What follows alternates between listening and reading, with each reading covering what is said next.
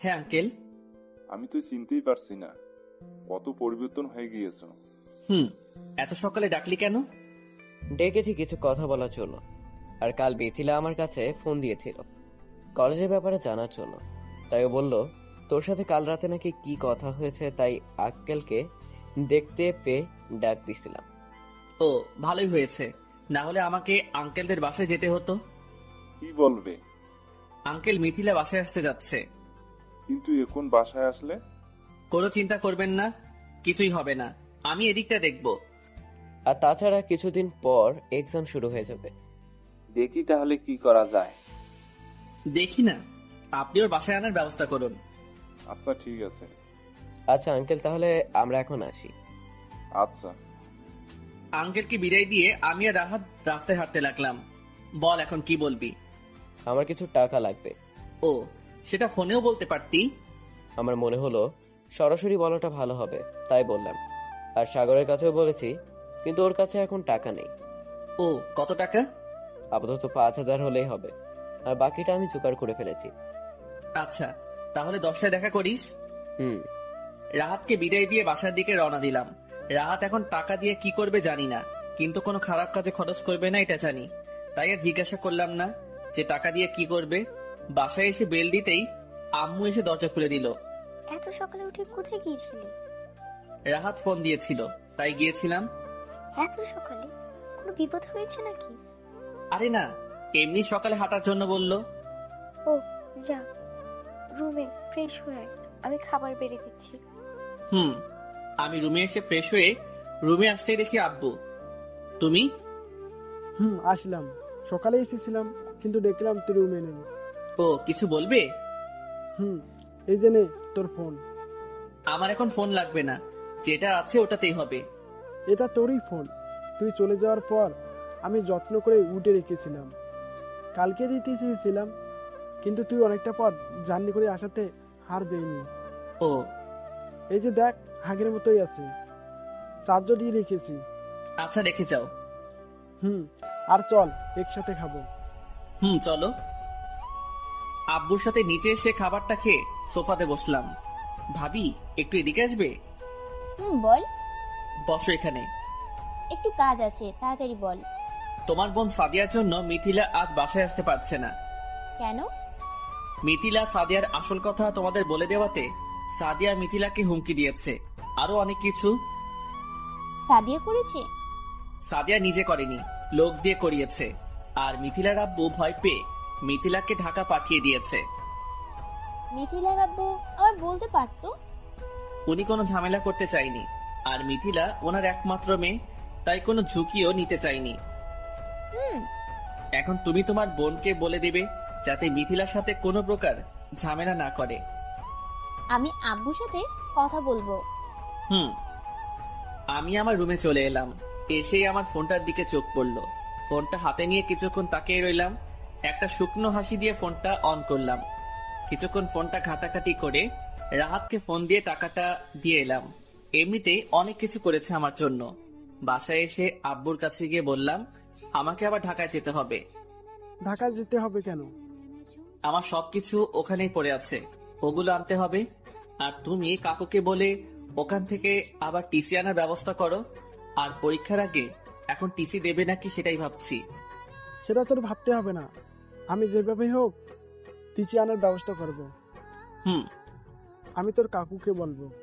সময় খুব কম, আমি কালকেই ঢাকা যেতে যাচ্ছি। কালকে? হ্যাঁ, আমি গিয়েই চলে আসবো। আচ্ছা, আমি ব্যবস্থা করে দেব। ঠিক আছে। আমি আমার রুমে এসে ফোনটা নিয়ে ছাদে এলাম। আজ কতদিন পর আবার আমাদের ছাদে উঠলাম। যাই হোক, সেদিনের দিনটা কোনো রকম পার করে পরের দিন সকালে আবার ঢাকার উদ্দেশ্যে রওনা দিলাম। আজ একটু সময় বেশি লাগলো জ্যামের জন্য। দীর্ঘ জার্নির পর আবার আমার গন্তব্যে পৌঁছলাম। মারুফ ভাইদের বাসায় আসতে শুরু হয়ে গেল আমার উপর শারীরিক অত্যাচার। মারিয়া আর মিথিলা মিলে বেদম কেলানি দিল। কোনো মতে ছাড়া পেয়ে দৌড়ে রুমে চলে এলাম। দেখি রুমটা ঠিকঠাকই আছে। আগে বলে রেখেছিলাম যে আমি এসে বেশি দিন থাকবো না। মারুফ ভাইয়াদের ওখান থেকে আমার যাবতীয় সব জিনিসপত্র গুছিয়ে নিলাম। আর মিথিলাও সব গুছিয়ে নিল, কারণ মিথিলাও আমার সাথেই যাবে।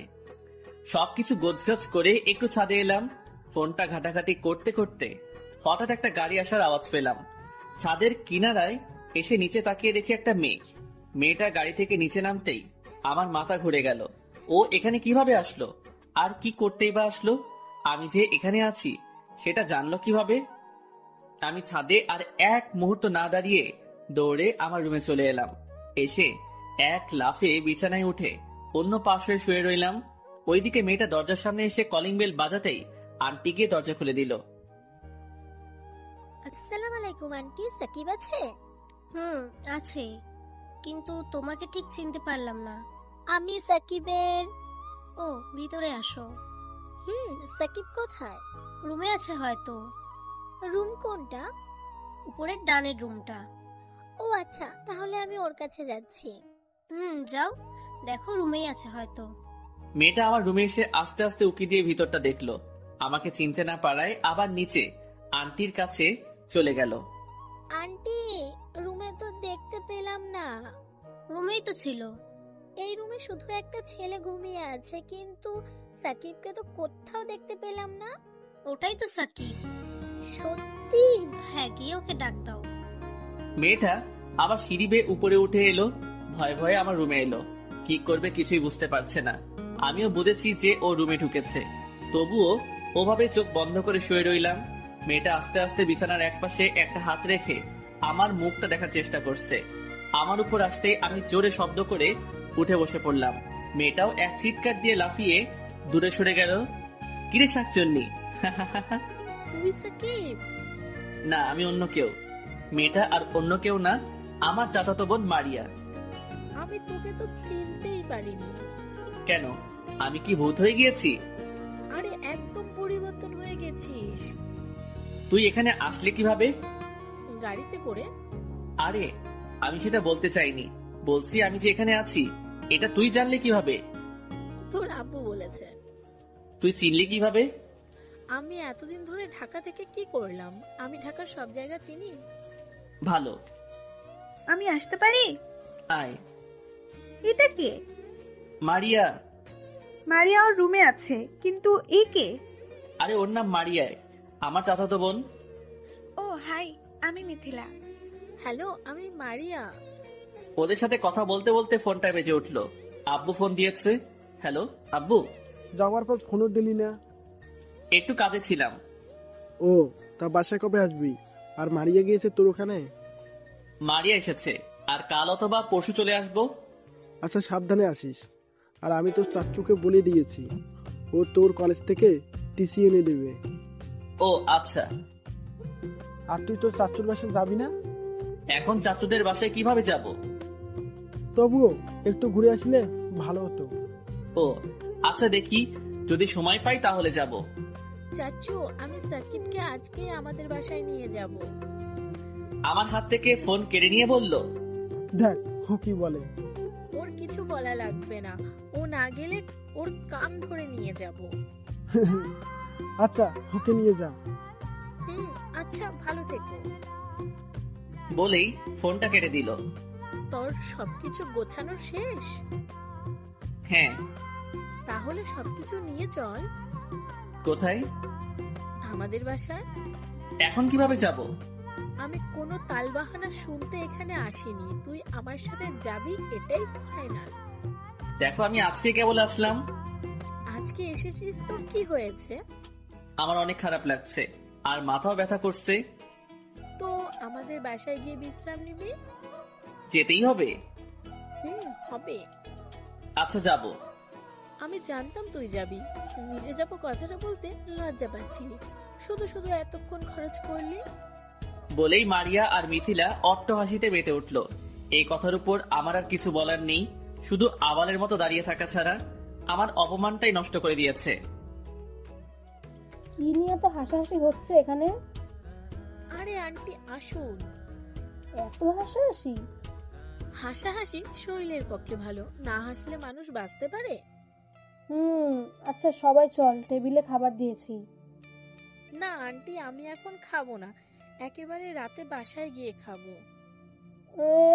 আজ বাসায় যাওয়া হচ্ছে না। না আন্টি, আজ চলে যেতেই হবে। আব্বুর গাড়ি নিয়ে এসেছি, তাছাড়াও আমার কলেজ আছে। সেটা কাল ভোরে উঠে চলে যেও। না আন্টি, আমাকে আজকেই চলে যেতে হবে। এটা কিভাবে হয়? আজ এসে আজই চলে যাবে? আমি সাকিবকে নেওয়ার জন্যই এসেছি, না হয় আসতাম না। সাকিবও যাবে? আব্বু ওকে নিয়ে যেতে বলেছে। আর ও যে এতদিন ধরে ঢাকাতে আছে আমাদেরকে জানায়ও নি। তাহলে খাবার তো খেয়ে নেবে। না আন্টি, আমি খাবো না, ওরা খেলে খেয়ে আসুক। চল আমাদের সাথে। যা, আমি খাবো না, মাত্রই বাসা থেকে খেয়ে বের হয়েছি। আরে চল তো, অল্প করে খেয়ে নিস। মারিয়াকে জোর করে নিয়ে গেলাম। আন্টি মারিয়া দুইকে ডাক দিল, মানে মারুফ ভাইয়ের বোন। সবাই একসাথে বসে খাবার খেয়ে নিলাম। মারিয়া একের সাথে মারিয়া দুইয়ের পরিচয় হয়ে গেল। খাওয়া শেষ করে আমি উঠেই, কিরে তুই বললি যে খাবি না, তাহলে এতগুলো খেলি কিভাবে? আমি জানতাম তুই খাবি, কিন্তু নিজের মুখ দিয়ে বলতে লজ্জা পাচ্ছিলি, তাই এত তালবাহানা করলি। আমি কারো পাওনা বাকি রাখি না, তাই প্রতিশোধ তুললাম। আমার কথা শুনে মারিয়া বেকুব বনে গেল। স্ট্যাচুয়ের মতো আমার দিকে তাকিয়ে আছে, মনে হচ্ছে আমাকে গিলে খাবে। ব্যাপারটা বুঝতে পেরে কথাটা ঠেলে অন্যদিকে ঘুরিয়ে নিলাম। তাহলে মিথিলাও চল আমাদের সাথে। না, আমি যাব না, তুই যা। আর বাসায় যাওয়ার দিন আমাকে নিয়ে যাস। মিথিলা আপু, তুমিও চলো। না না, আমি অন্যদিন যাব। আচ্ছা, তাহলে আমি যাওয়ার দিন তোকে ফোন করে জানিয়ে দেব, তুই তৈরি হয়ে থাকিস। আচ্ছা। তাহলে তাড়াতাড়ি চল, আর তোর সবকিছু নিয়ে আয়। আচ্ছা তুই দাঁড়া। আমি রুমে গিয়ে কিছু জামা কাপড় নিয়ে চলে এলাম। নিজে এসে সবাইকে বিদায় দিয়ে মারিয়ার সাথে চাচুদের বাসায় চলে এলাম। এসে সবার সাথে কথা বলে আমাকে একটা রুম দেখিয়ে দিল। আমি সেই রুমে এসেই বিছানায় গড়িয়ে পড়লাম। শরীর যেন আর চলছে না। যেভাবে এসে শুয়েছিলাম ওভাবে চোখটা বন্ধ করে রইলাম। মারিয়া রুমে এসে, কিরে, ঘুমিয়ে পড়েছিস? না, তবে ঘুমাবো। একটা কথা বলবো, তুই এত সুন্দর আর হ্যান্ডসাম হলে কিভাবে? দেখ, এখন একদম ভালো লাগছে না, এখন একটু ঘুমাতে দে। ওইদিকে আমার ভিতরে ফুর্তির ঠেলায় লাড়াচাড়া দিচ্ছে। বল না, তোকে দেখলে তো আমার প্রেম করতে ইচ্ছে করে। তুই যাবি এখন? আরে যাচ্ছি, এত রাগার কি আছে? যা বলছি। মারিয়া একটা ঝাড়ি নিয়ে চলে গেল। একটু বাঁচা গেল, অন্তত শান্তিতে একটু ঘুমাতে পারবো। আর বেশি কথা না বলে ঘুমিয়ে গেলাম। ঘুম ভাঙলো রাত 8টার দিকে। উঠে ফ্রেশ হয়ে রুমের বাইরে এলাম, দেখি চাচ্চু বসে আছে। চাচ্চুর সাথে কথা বলতে বলতে রাতের খাবার খেয়ে ওখানেই সোফাতে বসলাম। চাচ্চুও খাবার শেষ করে আমার পাশে এসে বসলো। তুই কি কালকে চলে যাবি? কাল যেতে পারলে তো ভালোই হয়, কিন্তু এখনো কলেজ থেকে টিসি আনা হয়নি। আর আমাদের বাসায় কয়েকদিন থাকলি না? আমার পরীক্ষার ডেট দিয়ে দেবে হয়তো কিছুদিনের মধ্যেই। পরীক্ষা শেষ হলে এসে অনেকদিন থেকে যাব। তাহলে শুধু কালকের দিনটা থেকে যা। দেখি কি করা যায়। শুধু কালকের দিনটা থেকে তারপর পরশুদিন সকালে উঠে চলে যাস, আমি যাওয়ার ব্যবস্থা করে দেব। আচ্ছা, তাহলে থেকেই যাব। আমি আর কিছু বললাম না, কারণ এতদিন ঢাকায় এসে রয়েছি, চাচুদের কিছুই জানাইনি। আর কালকের দিনটাই তো সমস্যা নেই, থেকেই যাব। আরো কিছুক্ষণ চাচুদের সাথে কথা বলে রুমে চলে এলাম। একটু আগে ঘুম থেকে ওঠার জন্য এখন আর ঘুম আসছে না, কি আর করব। ফোনটা নিয়ে ছাদে চলে এলাম। ছাদে কিছুক্ষণ হাঁটাহাঁটি করে ফোনে গেম খেলে ঘড়ির দিকে তাকিয়ে দেখি অনেক বেজে গেছে। রুমে এসেও ফোন চাপতে চাপতে ঘুমিয়ে গেলাম। পরের দিন সকালে মারিয়ার ডাকে ঘুম ভাঙলো। এত সকালে ঘুম থেকে উঠে কি করব? টিসি আনতে এখনই যাবে নাকি? আর চাচু কোথায়? আব্বু নিচে আছে, তোর জন্য ওয়েট করছে। আচ্ছা যা, আমি আসছি। তাড়াতাড়ি আয়। আমি শোয়া থেকে উঠে ওয়াশরুমে গিয়ে ফ্রেশ হয়ে এলাম। রুমে এসে একেবারে তৈরি হয়ে নিচে এসে দেখি চাচু অফিসে যাওয়ার জন্য তৈরি হচ্ছে। আমি নিচে যেতেই আমার খাবার বেড়ে দিল। খাওয়া শেষ করে চাচার সাথে আমার কলেজে এলাম। স্যারকে অনেক বলার পর বোঝানোর পর আমার টিসি দিতে রাজি হলো। টিসি নিয়ে গাড়ি করে আমাকে বাসায় নামিয়ে দিয়ে চাচু অফিসের দিকে চলে গেল। আমি বাসার ভিতরে ঢোকার সাথেই মারিয়া এসে বায়না ধরলো ঘুরতে যাবে। কি আর করার, আজকের দিনটাই তো, কালকে তো চলে যাব। মারিয়ার সাথে আবার ঘুরতে বের হলাম। প্রায় 3টা পর্যন্ত ঘোরাঘুরি করলো। দুপুরে একটা রেস্টুরেন্ট থেকে খেয়ে নিয়েছিলাম। ঘোরাঘুরি করে শেষমেশ বাসায় এসে পৌঁছালাম। এই মেয়ে যে এত ঘুরতে পারে আর এত কথা বলতে পারে আমার আগে জানা ছিল না। পুরো মাথাটাই খারাপ করে দিয়েছে। রুমে এসে ফ্রেশ হয়ে ওভাবেই ধপাস করে বিছানার উপর হুমড়ি খেয়ে পড়লাম। একটু পর মারিয়া আবার রুমে এলো। কি রে, ঘুমিয়ে পড়লি নাকি? তুই আবার কি করতে আসলি? কেন আসতে পারি না নাকি? আসতে পারবি কি করে? এতক্ষণে তো আমার মাথাটা পুরো খেয়ে নিয়েছিস। কি বললি? আমি তোর মাথা খেয়েছি? তা নয় তো কি, পুরো বকবক করে আমার মাথাটাই নষ্ট করে দিয়েছিস। এত সুন্দর কিউট একটা মেয়েকে তুই এটা বলতে পারলি? কি কিউট! তুই তো একটা পেতনি। তুই এটা বলতে পারলি? একমাত্র চাচাতো বোনকে ঘুরতে নিয়ে যাওয়াতেও তোর এত সমস্যা? যা, তোর সাথে আর কোথাও যাব না। একা যাবি কেন? তোর তো ঘোরানোর অনেক লোক আছে। অনেক লোক আছে মানে? দেখলাম তো রাস্তায় কত ছেলে তোর দিকে তাকিয়েছিল। কোথায় তাকিয়েছিল? তুই হয়তো দেখিসনি, কিন্তু আমি দেখেছি। আমি না থাকলে হয়তো তোকে ওখানে প্রপোজ করতো। হয়েছে, আর পাম মারতে হইব না। আমি মোটেও পাম দিচ্ছি না। হয়েছে, নিচে আয়, আম্মু ডাকছে। যা তুই, আমি আসছি। আমার সাথে যেতে বলেছে। আচ্ছা চল। মারিয়ার মুখের দিকে তাকিয়ে দেখি লজ্জায় লাল হয়ে গিয়েছে। মেয়েটা সত্যি গিরগিটির মতো রং বদলায়। একটু খারাপ বা নিন্দা করলে যেমন নাগিনী রূপ ধারণ করে, তেমনি একটু ভালো বা প্রশংসা করলে লজ্জায় মুখ লাল নীল রং ধারণ করে। যাই হোক, মারিয়ার সাথে নিচে এসে দেখি খাবারের টেবিলে পিঠা ভর্তি করে রেখেছে। এগুলো কার জন্য? একটা গরু এসেছে না আমাদের বাসায়, এগুলো তার জন্য। কি আমি গরু? আমি তোকে বলেছি নাকি? তাহলে কাকে বললি? আমি যাকে বলেছি সে ঠিক বুঝেছে। আমি আর কথা বাড়ালাম না। ওর সাথে যত কথা বলবো ততই আমার মাথাটা নষ্ট করে দেবে। আমি একটা চেয়ার টেনে বসে পিঠাগুলো খেতে লাগলাম। এর মাঝে শুধু আমার পছন্দের পিঠা। কি রে, রাগ করলি নাকি আমার কথায়? আমি আবার রাগ করব কেন? তোকে গরু বলেছি সেই জন্য। আরে না, পাগলিরা তো কত কিছুই বলে, তাদের কথা মনে নিলে তো নিজেকে পাগল মনে হয়। আমি পাগলি? তা নয় তো কি, পাগলি বললে ভুল হবে। তুই তো পাগলি ম্যাক্স প্রো। কি বললি তোকে আজ? আবার ঝামেলা শুরু করলি? তোদের কি এক মুহূর্ত ভালো থাকতে ইচ্ছা করে না? সবসময় শুধু ঝগড়া আর মারপিট। তাহলে ও আমাকে পাগলি বললো কেন? তুইও তোকে গরু বললি, তখন তো কিছু বলেনি। আম্মু, তুমিও ওর হয়ে কথা বলছো? তো কি, তোর হয়ে কথা বলবো? আর এখন বেশি কথা না বলে চুপচাপ খেয়ে নে। দুজনের একজনও আর কথা বললাম না। চুপচাপ খাবার খেয়ে আমার রুমে চলে এলাম। রুমে এসেই মিথিলাকে ফোন দিয়ে বললাম কাল তৈরি থাকতে, সকালে আমরা বাসায় চলে যাব। সেদিন রাতেও বেশ মজা করেছি। পরের দিন সকালে ঘুম থেকে উঠে ফ্রেশ হয়ে নিচে এসে খাবার খেয়ে নিলাম। রুমে এসে আমার কাপড়গুলো নিয়ে বাইরে এসে সবাইকে বিদায় জানালাম। চাচ্চু গাড়িতে করে মারুফ ভাইদের বাসার সামনে নিয়ে এলো। বাসার ভিতরে ঢুকে আমার যাবতীয় যা যা ছিল সবকিছু নিয়ে আর মিথিলাকে নিয়ে বাসার বাইরে এলাম। আমাদের সাথে আন্টি আর মারিয়াও এলো। সবাইকে বিদায় দিয়ে যেই গাড়িতে উঠতে যাব, পিছনে তাকিয়ে দেখি মারিয়া। মারুফ ভাইয়ের বোন কান্না করছে। আমি আর গাড়িতে না উঠে সোজা মারিয়ার কাছে চলে এলাম। কি হয়েছে, কান্না করছিস কেন? তুমি সত্যি চলে যাচ্ছ? আর কখনো আসবে না? আসবো না কেন, সময় পেলেই চলে আসবো। সত্যি বলছো তুমি? আরে হ্যাঁ সত্যি, আমি পরীক্ষা শেষ হলেই আবার চলে আসবো। এরপরে বুঝতে চাইছে না। অনেক কষ্টে মারিয়াকে বুঝিয়ে গাড়িতে উঠে বাস স্ট্যান্ডে চলে এলাম। চাচ্চু আমাদের গাড়িতে করে বাস স্ট্যান্ড পর্যন্ত নিয়ে বাসে উঠিয়ে দিয়ে অফিসে চলে গেল।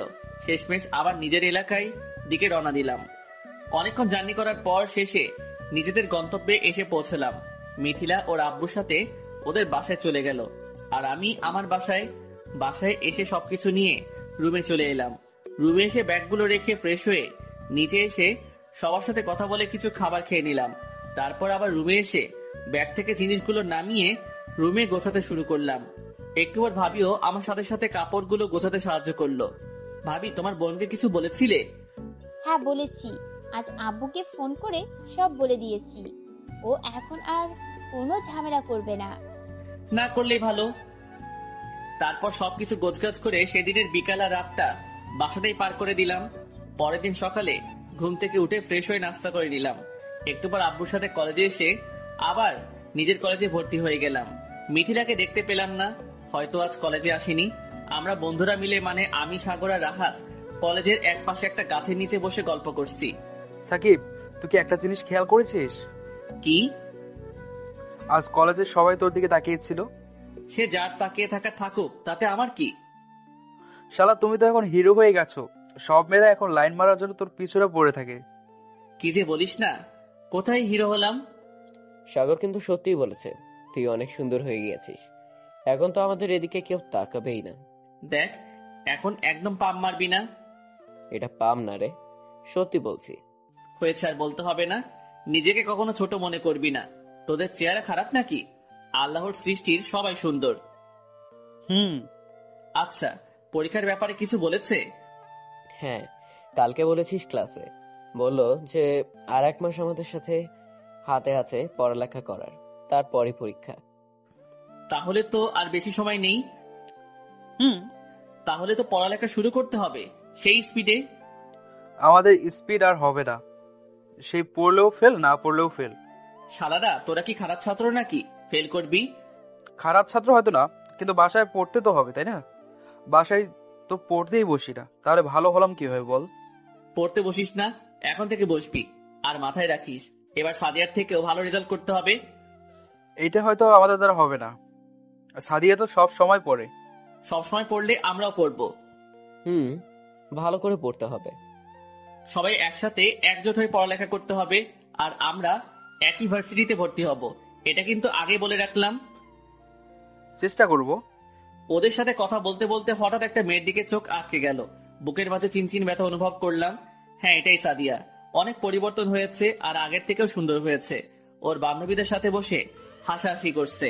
হঠাৎ আমার দিকে চোখ পড়তেই আমি চোখটা সরিয়ে নিলাম। এখন আমি বাসায় চলে যাচ্ছি। কেন? ওই দেখ কে। সাদিয়া? হ্যাঁ। সাদিয়া থাকলে তাতে তোর সমস্যা কি? হ্যাঁ, সেটা তুই বুঝবি না, থাক তোরা, বিকালে দেখা হচ্ছে। আচ্ছা। আমি আর ওখানে দাঁড়ালাম না, সোজা গেট দিয়ে বাইরে চলে এলাম। ওইদিকে আমি আমার বন্ধুদের কাছ থেকে উঠে চলে আসার পরই সাদিয়া, সাগর আর রাতের দিকে এগোতে লাগলো। ওদের কাছে গিয়েই, কি রে, শুনলাম মিথিলা নাকি বাসায় এসেছে? হ্যাঁ, এসেছে তো। বাসায় এসেই আবার আমার নামে বিচার দিয়েছে? ওহো, মিথিলা তো না, সাকিব মানে ওই কাইল্লা বিচার দিয়েছে। তোর অহংকার কি কোনোদিনও শেষ হবে না? আমার আবার অহংকার আছে নাকি? আচ্ছা, তুই এখন যা তো। কেন, আমি কি এখানে থাকতে এসেছি নাকি? আর হ্যাঁ, তোদের কাছে একটা কথা জিজ্ঞেস করতে এসেছিলাম। কি কথা? তোদের সাথে একটু আগে যে একটা সুন্দর করে ছেলে বসেছিল, ওটা কে রে? আমরা জানি না। তোদের সাথে বসে কথা বললো আর তুই বলছিস জানিস না? হ্যাঁ, সত্যিই জানি না। আরে বল না কে ওটা। আর নতুন এসেছে নাকি কলেজে? আগে তো কখনো দেখেছে বলে মনে হয় না। নতুন আবার পুরাতন। সেটা কিভাবে? এত কিছু জেনে তোর কোনো কাজ নেই, তুই যা এখন। ভাব তো তোদেরও কম দেখছি না। আমরা মোটেও ভাব নিচ্ছি না, শুধু তোকে বলার প্রয়োজন মনে করছি না। বুঝতে পেরেছি, তোদের বন্ধু এসেছে তো তাই ভাব আবার বেড়ে গিয়েছে। ঠিকই বলেছিস, সাকিব আসাতে আমাদের দাম বেড়ে গিয়েছে। আর সাকিব শুধু বাসায় আসেনি, আমাদের কলেজেও ভর্তি হয়েছে। কই দেখলাম না তো। তুই দেখবি কিভাবে? ও তোর সামনে থাকলেও তো দেখতে পারিস না। ও কলেজে আসলে তো দেখতে পাবো। ও কলেজে এসেছিল। কোথায়? তুই যে ছেলেটার কথা বললি না। কোনটা? তোদের সাথে বসেছিল? হ্যাঁ, ওটাই সাকিব। ওটা সাকিব? হ্যাঁ রে, ওটাই সাকিব। ওটা সাকিব? হ্যাঁ রে, ওটাই সাকিব। তোর বিশেষ না হলে কিছু করার নেই। কি রে, কখন থেকে ডাকতেছি? যাচ্ছি, চল। সাদিয়া ওর বান্ধবীদের সাথে চলে যায়। এদিকে আমি বাসায় এসেই নিজের রুমে চলে এলাম। আজ অনেকদিন পর আবার সাদিয়াকে দেখতে পেলাম। হয়তো এখন থেকে প্রতিদিনই দেখা হবে। দেখা হলেই বা কি, ও থাকবে ওর মতো আর আমি আমার মতো। ওসব ভেবে আমার এখন আর কোনো কাজ নেই, শুধু শুধু সময় নষ্ট করা। আমি ফোনটা হাতে নিয়ে মিথিলাকে ফোন দিলাম। কি রে, কোথায় তুই? আমি তো বাসায়। কেন, কি হয়েছে? তেমন কিছু হয়নি। আজ কলেজে আসলি না কেন? আমি আজকেই যেতে চেয়েছিলাম, কিন্তু আব্বু বলল কাল থেকে যেতে, তাই আর কি। আমি আজ গিয়েছিলাম আর ভর্তিও হয়ে এসেছি। আমি কাল থেকেই যাব। আচ্ছা, তাহলে একসাথেই যাব। আচ্ছা। ফোনটা রেখে ঘুমিয়ে গেলাম। ঘুম থেকে উঠতে উঠতে 3টা বেজে গেল। উঠে ফ্রেশ হয়ে নিচে এসে খাবার খেয়ে নিলাম। কি করব, বাসায় একা একা ভালো লাগছে না। কিছুক্ষণ বসে টিভি দেখলাম। এখন ভাবির সাথে তেমন একটা কথা বলতে ইচ্ছে করে না। রুমে এসে ফোনে গেম খেলতে খেলতে হঠাৎ সাগরের ফোন এলো। কি আর করার, বাইরে থেকে ঘুরে আসি। সারা বিকাল ওদের সাথে ঘুরে আড্ডা দিয়ে সময় পার হয়ে গেল। সন্ধ্যায় বাসায় এসে হাত মুখ ধুয়ে পড়তে বসলাম। সেদিনের রাতটা পার করে পরের দিন সকালে ঘুম থেকে উঠে ফ্রেশ হয়ে সকালে নাস্তাটা করে কলেজের দিকে রওনা দিলাম। আর মিথিলাকে ফোন দিয়ে আসতে বললাম। আমি কলেজে পৌঁছানোর কিছুক্ষণের মধ্যেই মিথিলাও চলে এলো। আমি, সাগর, রাহাত আর মিথিলা একসাথে বসে আছি। কিরে মিথিলা, তোর প্রাণের বান্ধবীর এখন কি অবস্থা? কে আমার প্রাণের বান্ধবী? কেন? সাদিয়া? ওর সাথে আমার আর কোনো সম্পর্ক নেই। কেন রে? আগে তো ওকে ছাড়া কিছুই বুঝতি না, সবসময় ওর পিছনে পড়ে থাকতি, এখন আবার কি হলো? তুই জানিস না কি হয়েছে? জানি। তাহলে আবার বলছিস কেন? এমনি ইচ্ছে হলো তাই বললাম। ওর কথা আর আমার সামনে বলবি না। এসব কথা বাদ দে আর বল, তোর ঢাকায় কেমন কাটলো? ভালোই কেটেছে। আমরা কয়েকজন মিলে বসে কথা বলতে বলতে হঠাৎ দেখি সাদিয়া আর ওর বান্ধবীরা আমাদের দিকে আসছে। দূর থেকে সাদিয়া আমার দিকে তাকিয়ে আছে। আমি ওর দিকে আর না দেখিয়ে অন্যদিকে মুখ করে রইলাম। সাকিব, ওই দেখ সাদিয়া আসছে। আসতে দে, আর এখানে আসলে চুপচাপ বসে থাকবি। আমি আছি, ভয় নেই। আমরা আমাদের মতো কথা বলছি। সাদিয়া আমাদের কাছে এসেই, কি রে, এতদিন কোথায় ছিলি? চাচুর বাসায় গিয়েছিলাম।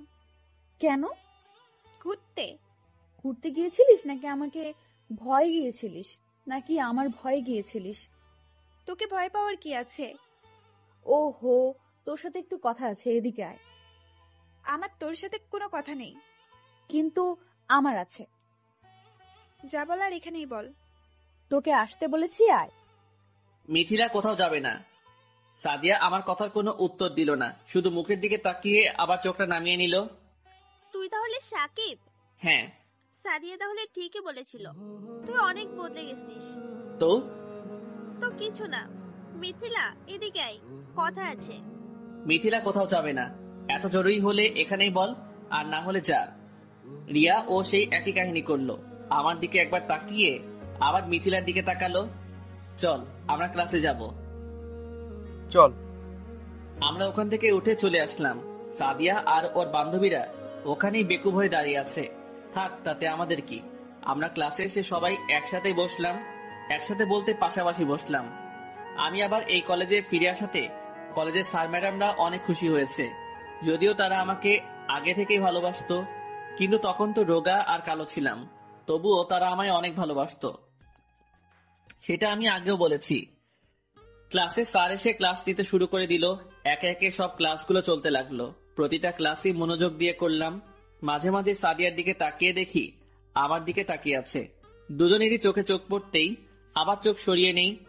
যাই হোক, সবগুলো ক্লাস করে আমরা সবাই একসাথে বাইরে বের হলাম। এখন কি বাসায় চলে যাবে নাকি? তাহলে আর কোথায় যাব? না মানে, যদি ঘুরতে যাস কোথাও? না, এখন আর কোথাও যাব না। সামনে পরীক্ষা, সেইভাবে প্রিপারেশন নিতে হবে। আর এখন একটু ঘোরাঘুরি কম করে করতে হবে। তা ঠিকই বলেছিস। তাহলে সবাই বাসায় যা। তুই কোথায় যাবি? আমিও বাসায় যাব। না মানে, তুই যেভাবে বলছিস মনে হচ্ছে আমাদের বাসায় পাঠিয়ে তুই কোথাও যাবি। আরে না, বাসাতেই যাব। আচ্ছা, তাহলে যাই। আমরা যে যার মতো বাসার দিকে রওনা দিলাম। এর মাঝে সাদিয়াকে আর দেখতে পাইনি। বাসায় এসে ফ্রেশ হয়ে খাওয়া দাওয়া করে দিলাম এক ঘুম। ঘুম থেকে বিকালে উঠলাম। উঠে ফ্রেশ হয়ে বিছানার উপরই বসে একটা বই পড়তে শুরু করলাম। এখন পড়তে বসছিস? হ্যাঁ, ভিতরে আসো। তোর কাছে একটা কথা জানতে এলাম। বলো। সাদিয়া আজ কিছু করেছে? তেমন কিছু করিনি, তবে আমি না থাকলে হয়তো মিথিলাকে কিছু বলতো। ওকে নিয়ে আব্বু আম্মু অনেক চিন্তায় আছে। কেন? দেখিস না কিভাবে চলাফেরা করে। ও সম্পূর্ণ অন্যরকম হয়েছে। ওকে এতবার করে বলা হয়েছে যে বাজে লোকের সাথে মিশবি না, তাও একটা কথাও শোনে না। ওর কানের ছিদ্র থাকলে তো শুনবে, মনে মনে বললাম। আর হ্যাঁ, তোকে আর একটা কথা বলার ছিল। কি? সাদিয়া তোর সাথে ওরকম বাজে একটা কাজ করার পরও এ বাড়ির প্রায় সবাই ওকে ক্ষমা করে দিয়েছে, কিন্তু কি? আম্মু এখনো সাদিয়ার সাথে কথা বলে না। কথা বলে না বলতে ওকে দেখতেই পারে না। তো আমি এখন কি করতে পারি? আম্মুর মনে চাইনি তাই কথা বলে না। সেটা তো আছেই, কিন্তু আম্মু বলেছিল যে তুই বাসায় ফিরে আসলে আম্মু ওর সাথে কথা বলবে।